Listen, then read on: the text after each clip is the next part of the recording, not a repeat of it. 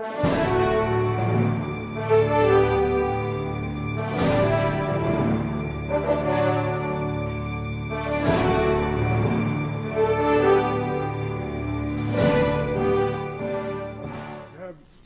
have 2 minutes. Proceed. Mr. President, The my- Majority Floor Leader. my attention is being called by the members of the impeachment court about the agreement and the ruling earlier of the chair that the prosecution be given time until 10 o'clock tomorrow morning to submit their answer to the memorandum. I was going to call his attention to that, but I did not want to interrupt him, so I'm sorry, Mr. so President. I gave him 2 minutes to make a statement. Proceed, Counsel. Yeah, this is just a manifestation, Mr. Senate President. At the outset, we would like to put on record that we believe that the presiding officer has been very, very fair, and in handling the proceeding, especially the past few days, the presiding officer has been handling it like a real, true statesman. We just want to, nevertheless, Mr. President, we just want to call the attention of the Senate President and the members of this honorable tribunal on the fundamental issue on how the proceeding is being conducted. The prosecution feels that the proceeding is being conducted like a criminal trial, with due respect, Your Honors. And it is the belief of the prosecution that this is more of a question of policy than technical and legal. We just want to put our observation on record that in the first 2 hearings of this honorable tribunal, last Wednesday and Thursday, it seems that the rules of evidence under the rules of court being only suppletorily applied whenever applicable pursuant to the Senate rules have been actually the controlling rules. And at times, Mr. Senate President, it has been strictly applied.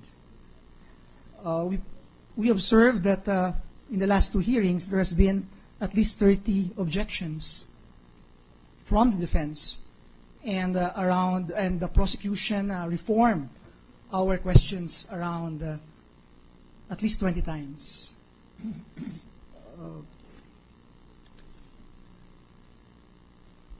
Our feeling here, Mr. President, is that the Senate is acting like an ordinary court.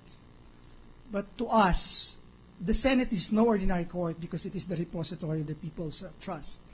Even the prosecutors here, with humility, are no ordinary prosecutors.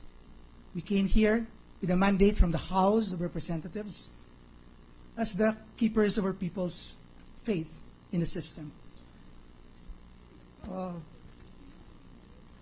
We just feel that the strict application of the technical rules has unduly restricted during the last 2 days the presentation of the evidence by the prosecution, Your Honors, and What is the pleasure of the our counsel? request.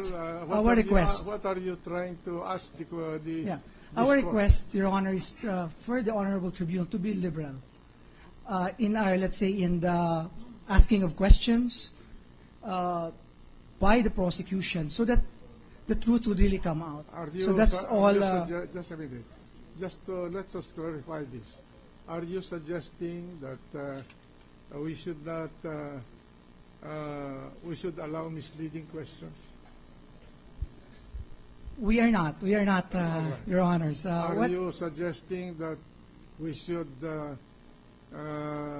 allow hearsay evidence? No, Mr. President. What Are we're you suggesting that we should allow argumentative questions? we're not suggesting that, Mr. What Senate then President. are you suggesting?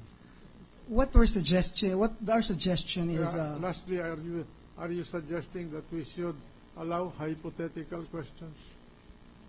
No, Mr. Senate President. But Are you suggesting that we should allow leading questions, teaching the witness what to say? that's not the suggestion of this representation. It's just giving flexibility to the prosecution, Mr. President, The please. chair is open to any suggestion how flexible you want the chair to be.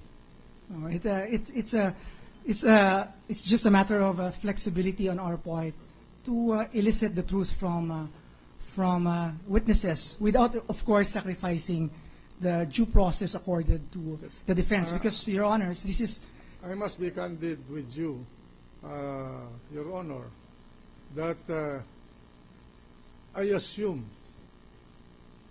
given the time from the transmission of the articles of impeachment to this court,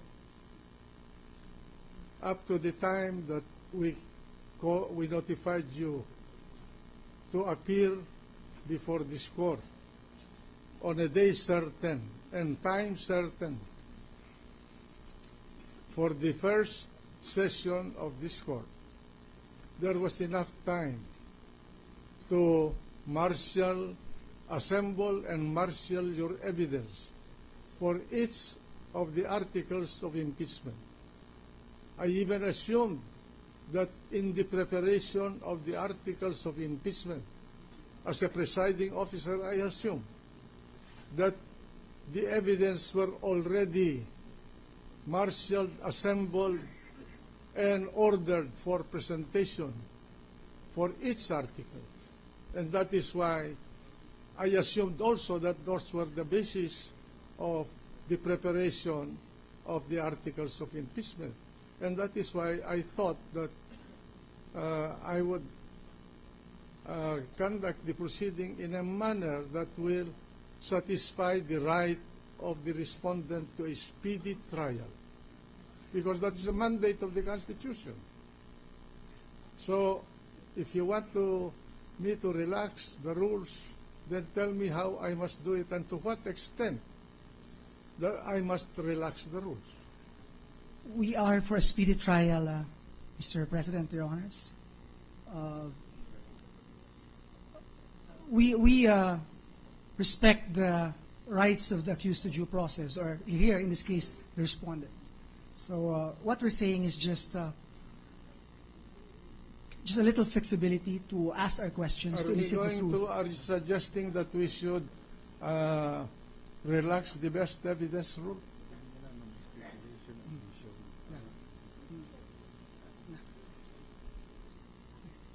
And if so, to what extent?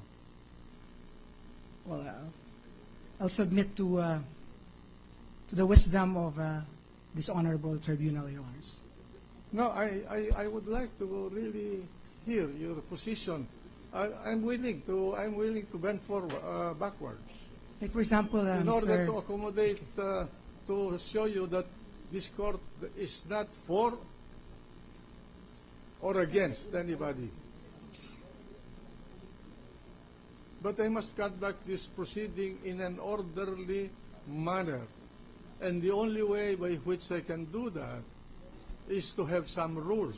And the only rules available for us as a tool for that purpose is an ancient rule tested by time in many, many trials around the world. And these are the rules of evidence. The tradition of our profession is such that we live by these rules of evidence if you live in the courtroom as a trial lawyer. We submit, Your Honor. That's all. The gentleman from Taguig. Magandang hapon, Mr. Presiding Officer. Sir Presiding Officer, alam po natin, hindi lang po sa atin bansa tinanong ang mga pinag-uusapan natin ngayon. Well taken po yung sinasabi ng prosecution. Naintindihan ko po at trabaho ng depensa, yung mga karapatan, basic human rights, basic constitutional rights, due process ng ating kagalang-galang na Chief Justice. Extraordinary po kasi itong impeachment. So even in modern or countries that have a longer history of constitutional law, like the United States of America, at ngayon po sa Latin America, ilang beses nang ginagamit din ang impeachment, and it is replacing the usual coup d'etat as a form of constitutional check and balance.